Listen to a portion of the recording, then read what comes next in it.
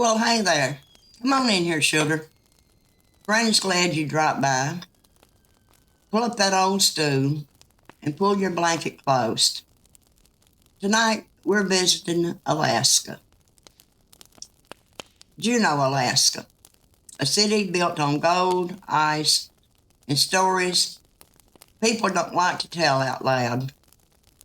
Tonight's story takes place in a building that has been standing since 1913, a hotel that once served miners, sailors, and working girls, and now serves something else entirely. This is the story of the Alaskan Hotel, and the room guests don't request unless they think they're brave. At the start of the 20th century, Juneau wasn't a city.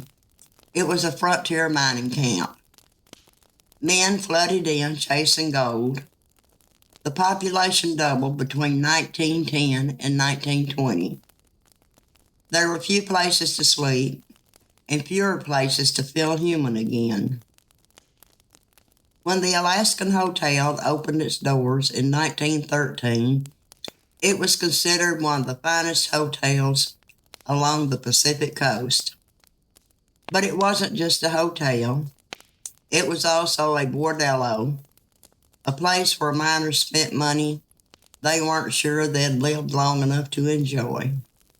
And that's where the hauntings began.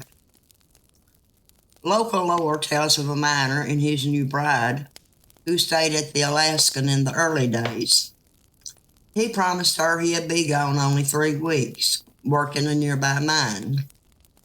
3 weeks passed, then 4, then silence.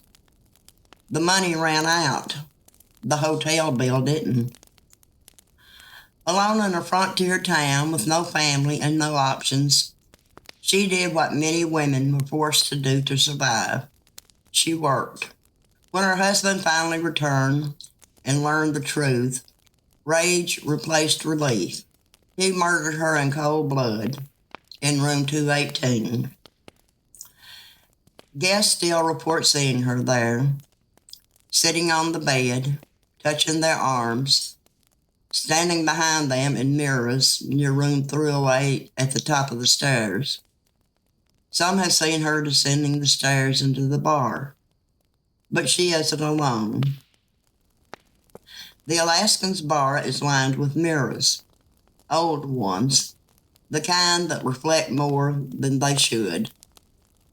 Bartenders report seeing glasses sliding on their owns, bottles tipping, figures moving just out of sight. Most chalk it up to exhaustion, to shadows, to imagination, until they don't.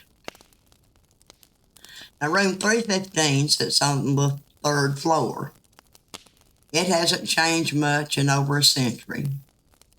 Floral print sheets, antique furniture, and a portrait of 2 women, believed to be former working girls, watching from the wall.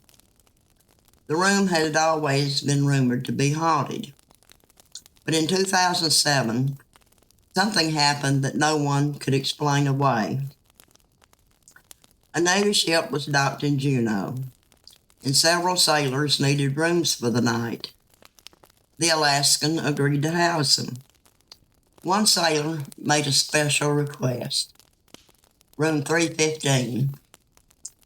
He had heard the stories and wanted to experience it himself. That night, the bar downstairs was loud. Celebration, music, the sound of men finally getting off the ship. Then glass shattered. A guest in the room below 315 thought someone had jumped. His own window shattered moments later. The door to room 315 was locked from the inside. Police had to break it down. Inside, they found blood. Not the amount you would expect from a fall. Blood smeared across the walls, the furniture, the floor, as if something had happened before the window ever broke. The sailor survived, but he never publicly explained what he saw. The incident was kept quiet for years, but hotel employees don't forget. Housekeepers reported towels being moved while they were gone, beds disturbed after being made. One staff member saw a young girl in a white dress standing in the hallway, watching, before she vanished. Paranormal investigators have warned of a female entity, one that doesn't just appear, one that attacks. So what happened in room 315? Did something scare a trained Navy sailor so badly that his only escape was through a window? Why was there so much blood? And is the spirit of a murdered woman wandering the halls? Or did something darker learn how to live inside that building? The Alaskan Hotel still stands. Room 315 is still there, waiting. If you ever stay in Juneau and someone offers you that room, you might want to ask yourself, what checked in there and never checked out? Now, Granny will see you again next week with another story of the strange and unexplained. You have a good night now.